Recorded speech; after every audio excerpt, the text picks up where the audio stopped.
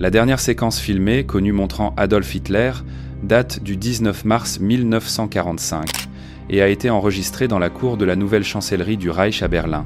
Le film montre une brève cérémonie au cours de laquelle Hitler remet des décorations à de très jeunes membres de la Hitlerjugend, des garçons âgés de seulement 12 à 16 ans. La scène a une portée symbolique, mais surtout propagandiste. Hitler apparaît clairement affaibli, se déplace avec difficulté, a les mains tremblantes et donne l'impression d'être physiquement et psychiquement brisé. Il salue les garçons un par un, leur serre la main et leur épingle les décorations, principalement des croix de fer, pour leur participation au combat défensif de Berlin. Beaucoup d'entre eux avaient pris part à la défense désespérée de la ville, souvent en maniant des armes anti-chars ou en remplissant des fonctions auxiliaires sur la ligne de front. À un moment donné, Hitler s'approche de l'un des garçons, lui saisit la joue et lui tapote l'arrière de l'oreille. Ce garçon était Alfred Zeck. Né le 12 octobre 1932 dans la localité alors appelée Zlatnik, il fut admis à l'âge de 8 ans au Deutsche Jungvolk, la branche junior subordonnée à la Hitlerjugend. En février 1945, lors de l'opération de Haute-Silésie, son village natal fut attaqué et bombardé par l'armée rouge en progression. Zeck et son père, invalides de guerre, remarquèrent des soldats allemands blessés par l'explosion d'une grenade à fragmentation. Alfred attela 2 chevaux à une charrette à la ferme et emporta un traîneau. Craignant de se rendre directement auprès des blessés avec la charrette, il partit avec le traîneau et, sous le feu ennemi, transporta les blessés un par un jusqu'à la charrette. Après avoir ainsi conduit 8 hommes à la ferme, il retourna pour sauver les 4 soldats restants.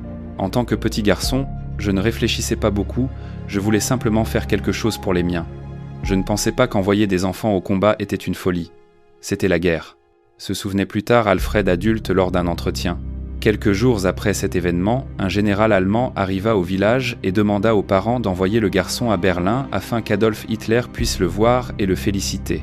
Le 19 mars 1945, Alfred Zeck et plusieurs autres enfants soldats du Deutsches Jungvolk rencontrèrent Hitler et son entourage, dont le chef de la jeunesse du Reich, Arthur Axmann. Alfred Zeck est visible aux côtés de Wilhelm Hübner dans la séquence filmée de la dernière édition de la Deutsche Wochenschau du 22 mars 1945. Alfred fut alors décoré de la Croix de fer de 2e classe. Depuis la fin de l'année 1944, le haut commandement allemand, l'appareil du parti NSDAP et les administrations locales recouraient de plus en plus aux organisations de jeunesse pour combler les pénuries dramatiques de personnel. À ce moment-là, le Troisième Reich se trouvait dans une situation extrême en raison des pertes humaines énormes sur les fronts de l'Est et de l'Ouest, ainsi que de la pression exercée par l'avancée de l'armée rouge et des alliés occidentaux. À partir de l'automne 1944, des garçons âgés de 14 à 18 ans furent massivement affectés à des tâches militaires, d'abord à des services auxiliaires comme, entre autres, messagers ou défense anti-aérienne, puis plus tard directement au combat. Dans de nombreux cas, leur formation ne durait que quelques jours. Dans la phase finale de la guerre, Alfred Zeck fut envoyé au front, plus précisément à Freudenthal, dans le Reichsgau des Sudètes. Là, lors de la retraite vers l'ouest, il fut touché d'une balle au poumon et fait prisonnier. Après sa libération en 1947, il parcourut 400 km à pied pour rentrer chez lui et apprit à son arrivée la mort de son père. Après la guerre, il travailla d'abord comme mineur dans une mine de charbon et se maria en 1951. De ce mariage naquirent 10 enfants.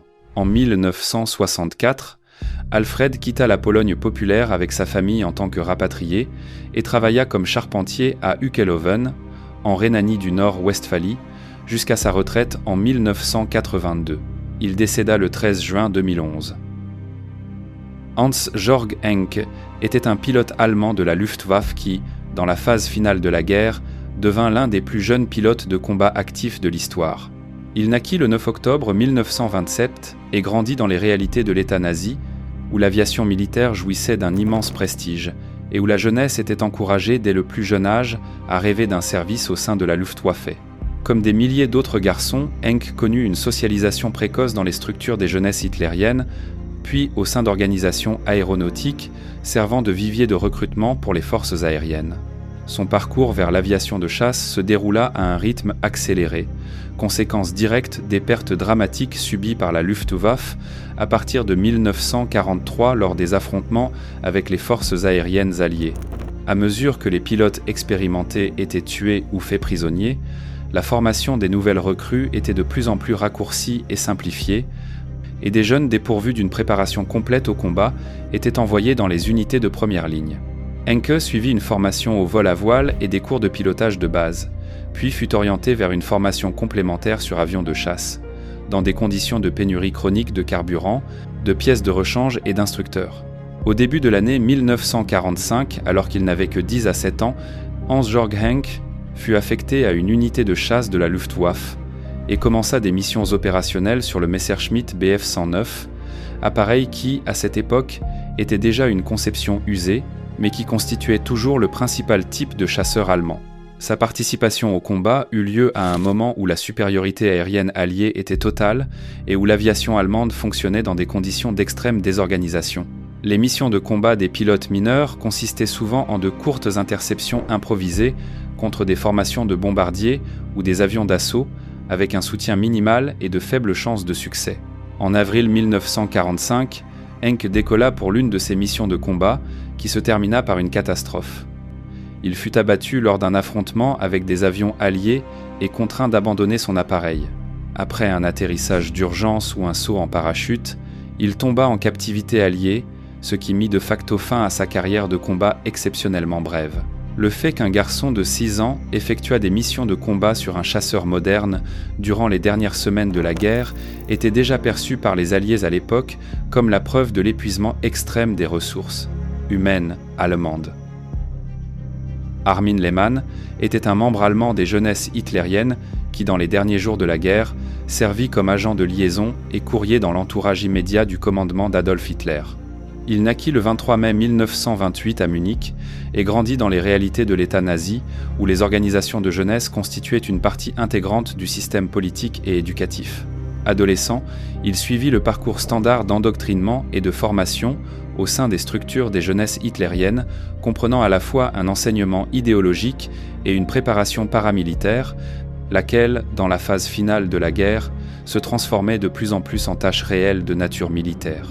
En 1945, alors que la situation militaire de l'Allemagne était déjà désespérée, Lehmann fut envoyé à Berlin et se retrouva en avril de la même année au cœur même des événements, remplissant des fonctions de liaison auprès des plus hautes autorités. Ces missions consistaient à transmettre des rapports et des ordres entre différents postes de commandement, ainsi qu'à maintenir des contacts avec le personnel militaire et du parti présent dans la zone de la chancellerie du Reich et du complexe de bunkers situé en dessous. Très jeune garçon, il se déplaçait dans une ville soumise à de lourds bombardements et à des combats de rue, observant de près le chaos administratif, l'effondrement de la discipline et la tension croissante parmi les dirigeants de l'État. Sa présence dans le Führerbunker, bien que brève, fut consignée tant dans ses propres souvenirs que dans des analyses historiques ultérieures consacrées aux derniers jours de Hitler. Dans ses récits, Lehmann décrivait l'atmosphère régnant dans le bunker comme claustrophobe et imprégnée d'un sentiment d'inéluctabilité de la faim. Il attirait l'attention sur l'état physique et psychologique de Hitler, sur les conflits et les accusations mutuelles au sein de l'entourage le plus proche du Führer, ainsi que sur le décalage des décisions prises par rapport aux réalités militaires. En tant que jeune courrier, il était à la fois acteur et observateur, se tenant à la frontière entre l'obéissance enfantine et la réalité brutale de la guerre totale.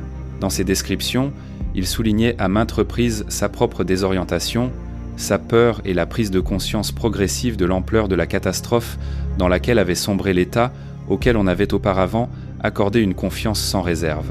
Après le suicide de Hitler le 30 avril 1945, Lehmann participa à une tentative de quitter Berlin encerclé avec d'autres membres du personnel et des unités militaires. Ces souvenirs contiennent des descriptions détaillées du chaos régnant lors des tentatives de percée à travers les lignes soviétiques, de la dispersion des groupes de fuyards et des destins dramatiques de nombreux jeunes participants à ces événements. Finalement, il parvint à survivre et à rejoindre la zone contrôlée par les Alliés occidentaux, ce qui mit fin à sa participation directe à la guerre. Dans les années d'après-guerre, Armin Lehmann connut un long processus de transformation personnelle et idéologique. En 1953, il émigra aux États-Unis, où il s'établit définitivement et entama une nouvelle vie professionnelle, liée notamment au secteur du tourisme et aux médias. Wilhelm Willy Hübner était un enfant soldat allemand dont la figure fut exploitée à des fins de propagande durant les derniers mois de la Seconde Guerre mondiale, à une période d'effondrement total des structures militaires du Troisième Reich. Né en 1928, il n'avait que 16 ans lorsqu'il se retrouva au centre de l'attention de l'appareil de propagande. À cette époque, il était membre de la Hitlerjugend et exerçait la fonction de messager auprès de la soi-disant division de grenadiers du Führer, engagée en Basse-Silésie dans des conditions de combat de repli intenses contre l'armée rouge. Ces missions étaient typiques des jeunes auxiliaires de combat en 1945 et comprenaient le transport de messages, de ravitaillement et d'armes anti-chars entre les postes de commandement et les positions de première ligne. Au début du mois de mars 1945, l'unité à laquelle il était rattaché participa à une contre-attaque allemande visant à reprendre la ville silésienne de Loban, l'un des rares succès locaux de la Wehrmacht à cette période. Les combats durèrent environ 8 jours et furent d'une brutalité exceptionnelle, incluant des affrontements en zone urbaine, des bombardements d'artillerie et l'utilisation d'armes anti-chars. Après la reprise de la ville, des équipes de la Deutsche Wochenschau apparurent immédiatement, chargées de présenter la bataille comme une preuve de la force intacte de la résistance allemande. C'est dans ce contexte que la figure du jeune Hübner fut mise en avant, ses actions se voyant attribuer une signification symbolique dépassant largement son rôle militaire réel. À Loban, Wilhelm Hübner fut décoré pour la première fois de la Croix de fer de 2e classe. La décoration lui fut remise personnellement par le ministre de la propagande du Reich, Joseph Goebbels, ce qui soulignait en soi le caractère propagandiste de l'ensemble de l'événement. À 6 ans, Hübner comptait parmi les plus jeunes récipiendaires de cette distinction, et son jeune âge était délibérément mis en avant dans les reportages de presse et les films comme preuve de la volonté de la plus jeune génération de se battre pour le Reich. Dès le lendemain, il fut transporté en avion à Berlin, où l'on le prépara à d'autres apparitions publiques. À son arrivée dans la capitale, il reçut un nouvel uniforme, ajusté et complété sous la supervision du Reichsjugendführer Arthur Axmann. On lui ordonna ensuite d'attendre pour participer à une cérémonie officielle en présence des plus hautes autorités de l'État. Le 20 mars 1945, une cérémonie de remise de décoration eut lieu dans les jardins de la chancellerie du Reich à Berlin pour des membres particulièrement méritants de la Hitlerjugend. Cet événement fut filmé en détail et intégré à l'une des dernières éditions de la Deutsche Wochenschau. Il s'agit en même temps de l'un des derniers documents filmés connus montrant Adolf Hitler, ce qui conféra à l'ensemble de la scène une importance historique particulière. Lors de l'enregistrement, Willy Hübner fut tenu de raconter son histoire devant les caméras d'une manière conforme aux besoins de la propagande. Il déclara que, lorsque les troupes soviétiques s'approchaient de Loban, il s'était porté volontaire comme messager du commandant de combat. Il décrivit ses tâches comme consistant à livrer des rapports aux différents postes de commandement, ainsi qu'à transporter des vivres et des Panzerfaust directement sur la ligne de front, souvent sous le feu ennemi. Dans la chronique filmée, on soulignait qu'il transportait des armes anti-chars sur une brouette sous un danger immédiat, ce qui devait renforcer l'image de courage désintéressé et de détermination du jeune combattant.